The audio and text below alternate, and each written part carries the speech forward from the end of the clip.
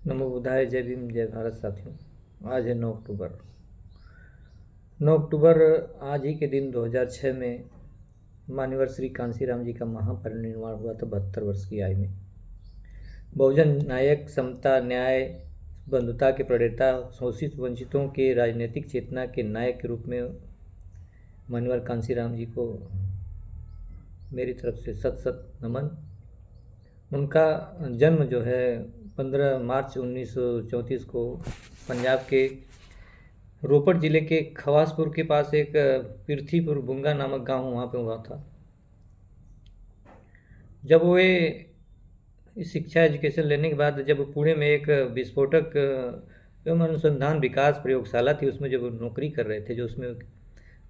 रहे थे, तो उसके दौरान जब वहाँ पे 14 अप्रैल बाबा साहब की जयंती आती थी, तो वहाँ पे जो अवकाश लेते थे वहाँ के कर्मचारियों, जब अवकाश लेने की मांग करते थे तो उनको बड़ा जातिगत दंश भी झेलना पड़ता था, उनसे बड़ा दुख होता था उनको।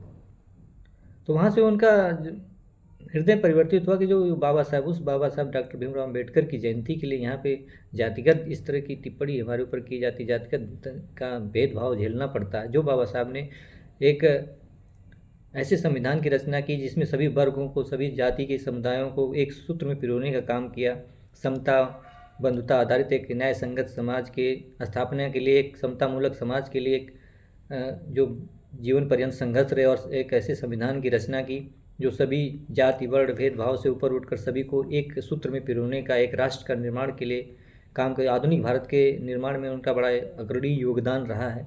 तो ऐसे महापुरुष के जन्मदिन के अवकाश पर भी इस तरह के जातिगत दंश झेलना पड़ रहा। इसके बाद उनको बड़ा दुख हुआ इन चीज़ों से।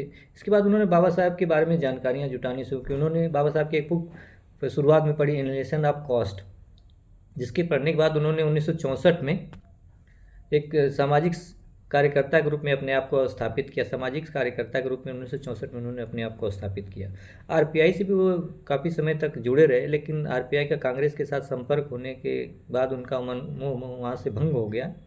1971 में उन्होंने Akhil Bharatiya SC ST OBC एवं अल्पसंख्यक कर्मचारी संघ की स्थापना की, जो बाद में चलकर बामसेप के नाम से जाना जाता है। 1981 में DS4 दलित शोषित समाज संघर्ष की स्थापना की, और 14 अप्रैल 1984 को BSP बहुजन समाज पार्टी का गठन किया, जो एक राजनीतिक, और समझ लो कि 2007 में यूपी में उन्होंने पूर्ण बहुमत की सरकार भी बनाई।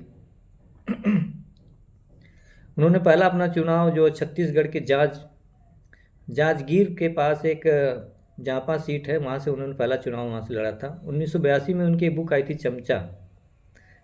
चमचा युग। उन्होंने जो उन लोगों के लिए चमचा शब्द का प्रयोग किया जो हाशिए, जो SC ST समुदाय के जो निचले तबके के जो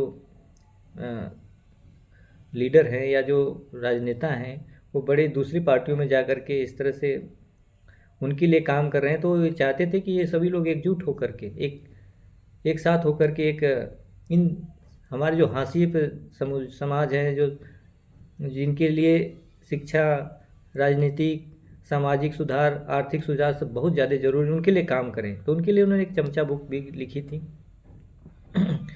वो कहते थे कि पहला चुनाव लड़ना, समझ लो, पहला हम चुनाव लड़ते हैं हारने के लिए, दूसरा चुनाव हम लड़ते हैं नज़र में आने के लिए, तीसरा चुनाव हम लड़ते हैं जीतने के लिए। तो इस तरह से उन्होंने बाबा साहब डॉक्टर भीमराव अम्बेडकर के कार्यों को आगे बढ़ाया।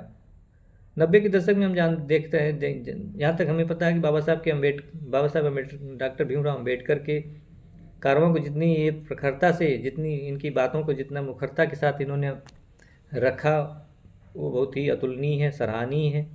तो इसलिए हम लोग उनको सत सत नमन करते हैं। नमो बुद्धाय, जय भीम, जय भारत।